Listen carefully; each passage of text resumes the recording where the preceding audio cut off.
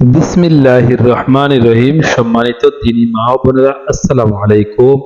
আজকে আমরা যে বিষয়টি নিয়ে আলোচনা করব, একজন আদর্শ স্ত্রী হবেন কিভাবে। অত্যন্ত গুরুত্বপূর্ণ একটি কথা, যেভাবে একজন আদর্শ স্ত্রী হবে। তাই আসুন আমরা আজকে সে সম্পর্কে আলোচনা করার পূর্বেই যে সমস্ত মা বোনেরা আমার চ্যানেলটি সাবস্ক্রাইব করেননি, দ্বীনের স্বার্থে, ইসলামের স্বার্থে অবশ্যই ভিডিওটি শুরু করার পূর্বে আপনারা আমার চ্যানেলটিকে সাবস্ক্রাইব করে রাখুন।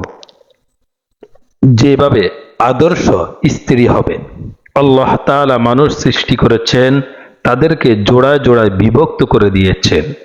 নারী পুরুষ এই জোড়া আল্লাহর পক্ষ থেকে নির্ধারিত।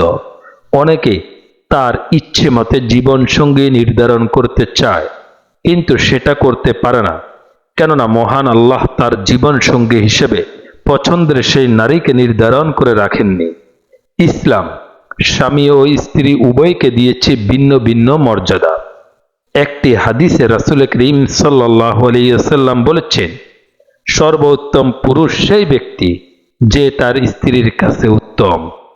আমি আমার স্ত্রীর কাছে সর্বোত্তম ব্যক্তি। আরো একটি হাদিসে আছে, স্বামী হচ্ছে স্ত্রীর জান্নাতের চাবি।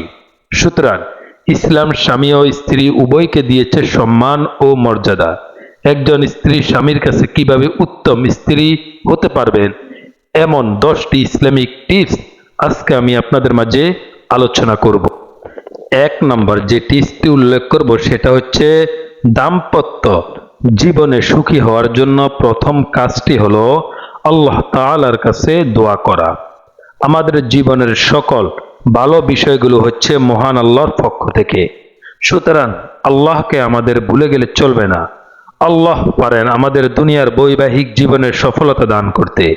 এর জন্য একজন স্ত্রীকে অবশ্যই আল্লাহর কাছে এভাবে দোয়া করতে হবে, হে আল্লাহ, আপনি আমাদের বৈবাহিক জীবনকেও উত্তমভাবে যাপন করার তৌফিক দান করুন এবং আমাদের মৃত্যুর পর জান্নাত দান করুন।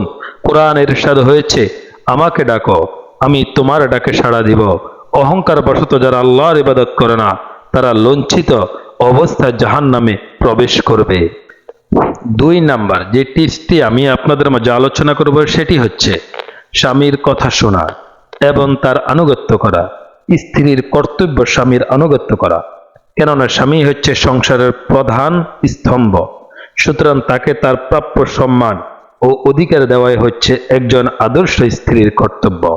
হাদিসে এসেছে, যে মহিলা 5 ওয়াক্ত নামাজ পড়বে, রমজানের রোজা রাখবে, লজ্জাস্থানের হেফাজত করবে, স্বামীর আনুগত্য করবে, তাকে বলা হবে তুমি জান্নাতের যে কোনো দরজা দিয়ে ইচ্ছে তুমি প্রবেশ করো। এখন আমরা 3 নাম্বার টিপসটি আপনাদের মাঝে আলোচনা করব। স্বামীকে সব সময় খুশি রাখার চেষ্টা করা।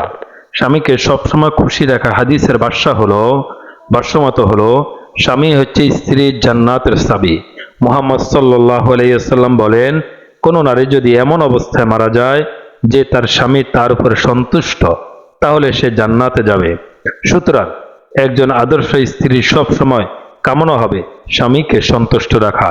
3 নাম্বার যে টিপসটি আমি আপনাদের মাঝে আলোচনা করব সেই টিপসটি হচ্ছে, ঝগড়া এবং সব ধরনের রাগারাগি করা থেকে বিরত থাকা। সুতরাং কারণ ছোট একটি রাগারাগি স্বামী স্ত্রীর মধ্যে দ্বন্দ্বের কারণ হতে পারে। হয়তো স্ত্রীর কোনো দোষ নেই, তবুও স্ত্রীর উচিত হবে সরি বলে পরিস্থিতিটিকে অনুকূলে নিয়ে আসা। এরপর পরিস্থিতি অনুকূল হলেই আসল ব্যাপারটি বুঝিয়ে বলা, স্বামীর ভুলগুলো ধরিয়ে দেওয়া। এখন আসেন 5 নম্বর যে টিপসটি আমি আপনাদের মাঝে আলোচনা করব সেটি হচ্ছে, স্বামীকে তার ভালো কাজের জন্য ধন্যবাদ জানানো। একজন আদর্শ স্ত্রী যখন স্বামীকে তার ভালো কাজের জন্য ধন্যবাদ জানাবে, তখন স্বামী স্ত্রী হবেন। এটা একটা গুরুত্বপূর্ণ পদ্ধতি। 6 নাম্বার অত্যন্ত গুরুত্বপূর্ণ যে টিপসটি আমি আপনাদের মাঝে আলোচনা করব সেটি হচ্ছে, স্বামীর সঙ্গে আড্ডা দেওয়া। এটি একটি গুরুত্বপূর্ণ বিষয়, কারণ পুরুষদের স্বাভাবিক স্বভাব হচ্ছে তারা হৃদয় গ্রামী ও হাস্যোজ্জ্বল নারীদের পছন্দ করেন। আমাদের নবী সাল্লাল্লাহু আলাইহি ওয়াসাল্লাম একটি হাদিসে বলেছেন, হে জাবের, তুমি এমন নারীকে বিবাহ করো যে তোমাকে আনন্দ দিবে এবং তুমি তাকেও আনন্দ দিবে। 7 নম্বর যে টিপসটি আমি আপনাদের মাঝে আলোচনা করব সেটি হচ্ছে, যথাসম্ভব হাস্যোজ্জ্বল থাকা। পবিত্র কোরআনে এসেছে, তোমাদের কাছে যেই ধরনের গহনা আছে তুমি তা পরো এবং সুন্দর পোশাক পরিধান করো তোমার স্বামীর জন্য। সুতরাং একজন আদর্শ নারীর কর্তব্য হবে এই আদর্শকে অনুসরণ করা। 8 নাম্বার যে টিপসটি আমি আপনাদের মাঝে আলোচনা করব সেটি হচ্ছে হুর আল আইনের জান্নাতি নারী বৈশিষ্ট্যগুলো পর্যালোচনা করুন এবং তাদের অনুকরণ করার চেষ্টা করুন, কেননা কোরআন ও হাদিসে জান্নাতি নারীদের বৈশিষ্ট্য বর্ণনা করা হয়েছে। সেই বৈশিষ্ট্যগুলো ধারণা করার চেষ্টা করুন। 9 নাম্বার স্বামী কাজ থেকে ঘরে ফিরলে তার যত্ন নিন।